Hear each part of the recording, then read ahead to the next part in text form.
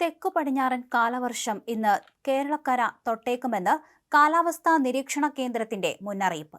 കാലവർഷത്തിന്റെ വരവറിയിച്ച് സംസ്ഥാനത്തിന്റെ വിവിധ ഭാഗങ്ങളിൽ ഇന്നലെ രാത്രി മുതൽ തോരാതെ മഴ പെയ്യുകയാണ്.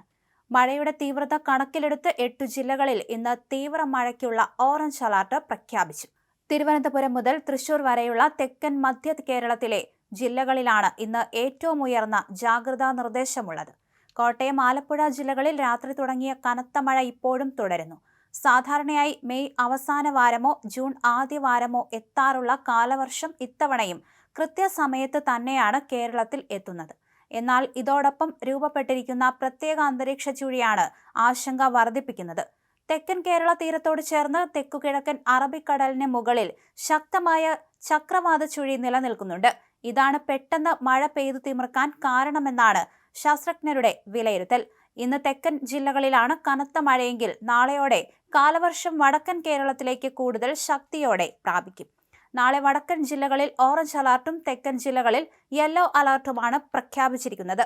മഴയ്ക്കൊപ്പം മണിക്കൂറിൽ കിലോമീറ്ററുകൾ വേഗതയ്ക്കുള്ള ശക്തമായ കാറ്റിനും സാധ്യതയുണ്ട്. കേരള തീരത്ത് എത്തുന്നതോടൊപ്പം തെക്കു പടിഞ്ഞാറൻ അറബിക്കടലിന്റെ കൂടുതൽ ഭാഗങ്ങൾ, ലക്ഷദ്വീപ്, തമിഴ്നാടിന്റെ ചില പ്രദേശങ്ങൾ, ബംഗാൾ ഉൾക്കടലിന്റെ വിവിധ ഭാഗങ്ങൾ എന്നിവിടങ്ങളിലേക്കും കാലവർഷം വേഗത്തിൽ വ്യാപിക്കുമെന്നാണ് കണക്കുകൂട്ടൽ. മഴ കനക്കുമെന്ന സൂചനയുള്ളതിനാൽ കേരള തീരത്ത് മത്സ്യബന്ധനത്തിനുള്ള കർശന വിലക്ക് തുടരുകയാണ്. കടൽ അതീവ പ്രക്ഷുബ്ധമാകാൻ സാധ്യതയുള്ളതിനാൽ മത്സ്യത്തൊഴിലാളികൾ യാതൊരു കാരണവശാലും കടലിൽ പോകരുതെന്ന് നിർദ്ദേശമുണ്ട്. തുടർച്ചയായ മഴ മലയോര മേഖലകളെ വീണ്ടും ഭീതിയിലാഴ്ത്തുകയാണ്. മുൻവർഷങ്ങളിലെ ദുരന്തങ്ങളുടെ പശ്ചാത്തലത്തിൽ സംസ്ഥാന ദുരന്ത നിവാരണ അതോറിറ്റി അതീവ ജാഗ്രതാ നിർദ്ദേശങ്ങളാണ് പുറപ്പെടുവിച്ചിരിക്കുന്നത്.